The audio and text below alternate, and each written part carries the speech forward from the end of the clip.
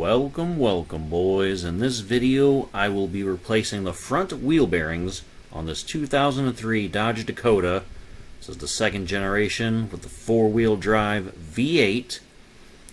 I have an extended version where I replace the wheel bearing and CV axle, and another version even longer where I replace the front wheel bearing, the CV axle, and the axle seals. So this will be the abridged version. So if you only need to know how to do the wheel bearings, this is the video for you. If you need to do wheel bearing and CV axles, see the other video. If you need to do the front seals, which require removal of the axle and the wheel bearing, then you can watch that extended video. So on to the wheel bearing. So we are going to have to get this axle nut off. 20, or no, it's a 30, I don't know, 32 millimeter, I think. Yeah, 32 millimeter for this big boy. And then we got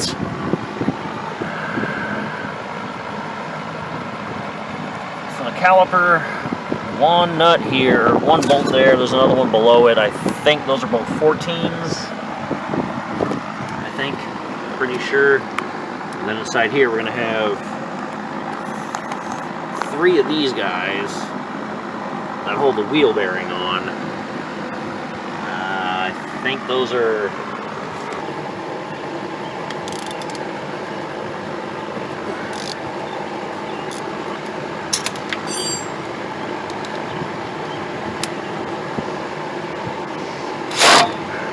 Get your fucking way.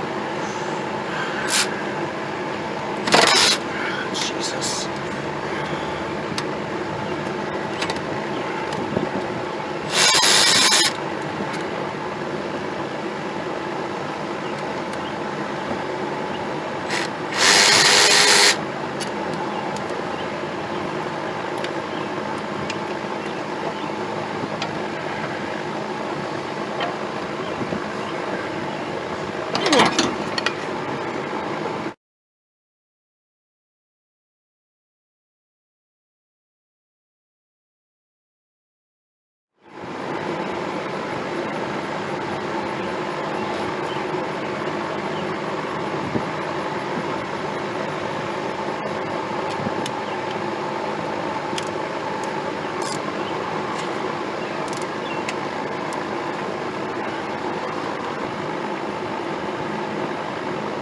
I stand corrected. I got that one loose.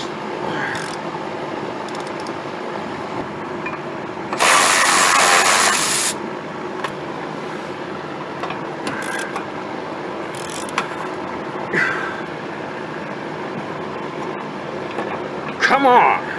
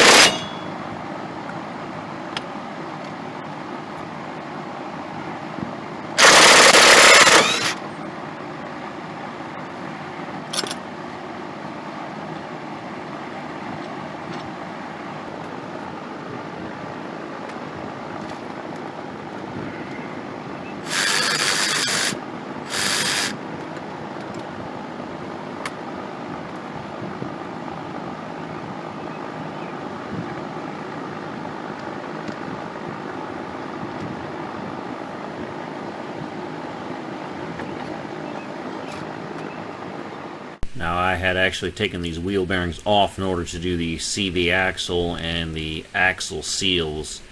So there's nothing actually wrong with my wheel bearings, but since I had to take them off to do that job anyway, I'm putting the new ones on.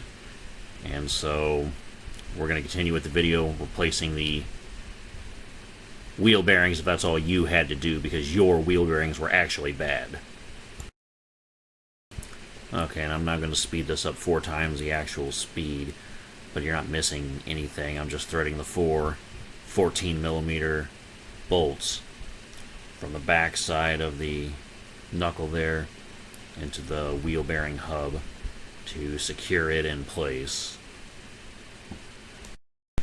You'll want to use a long 14mm socket, by the way, not the short one. The long one with the ratchet is what you need to torque it in place properly without the boot interfering too much. Make sure the bolt heads are clean because it's a very tight fit on the 14mm. Now I'm going to put the rotor back on, and then the caliper bracket that holds it in place. The caliper bracket is held in place by 2 21mm bolts. So once you slide the rotor on, just put the caliper bracket over it, and then thread those 21 mils in and torque them down.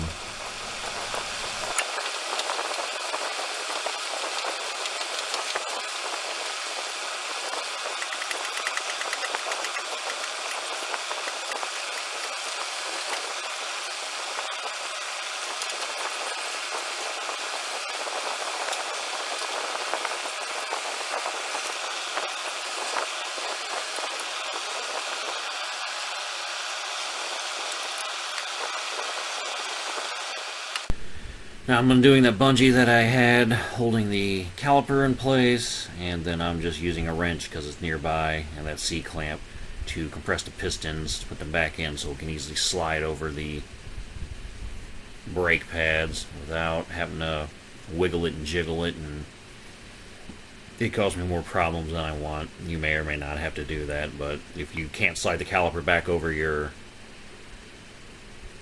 pads and rotor, then you'll need to compress the pistons in the caliper.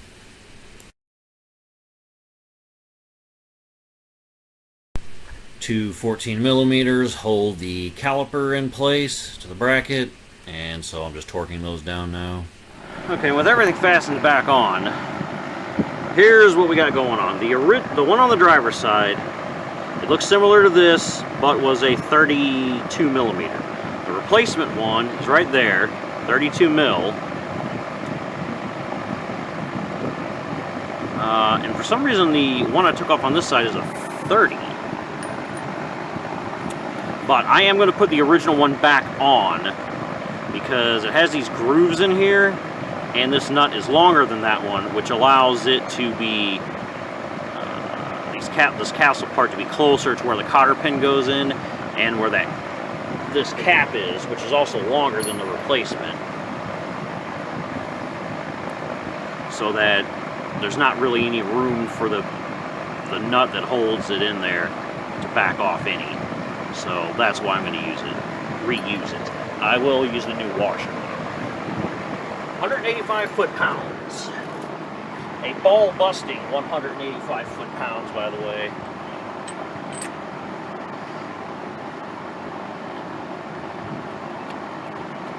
So here's how you're going to be able to do this by yourself. If you have an assistant, they might be able to step on the brakes. But this goes in pretty far. This then butts up against it, and as you can see, the cotter pin will fit there without this thing being able to move that much. So I feel that's better than this giant nut being just a little bit thinner.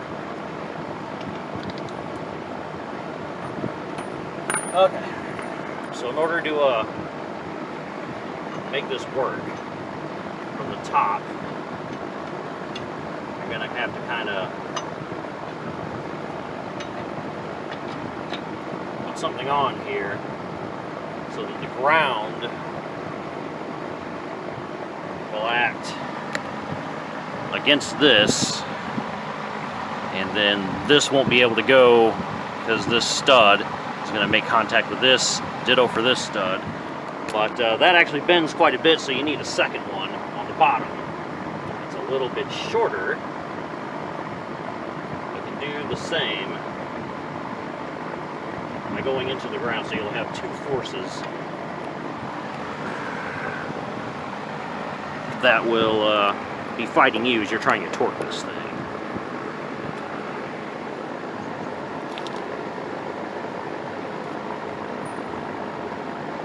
So with my 30, my torque wrench,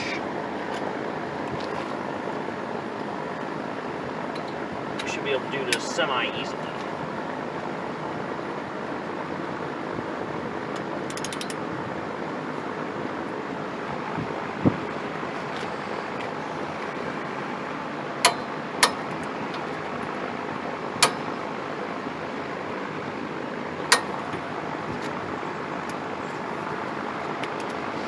Should be good. Much easier when you have that thing helping you out. Just want to make sure though that it's good. Yeah, she's good.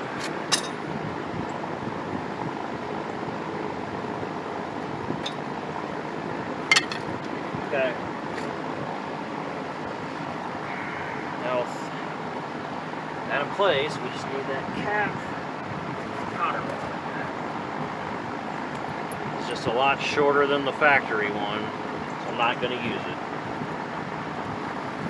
We'll use the cotter pin though. See? This just sits right over the hole. There's no way it can move any direction.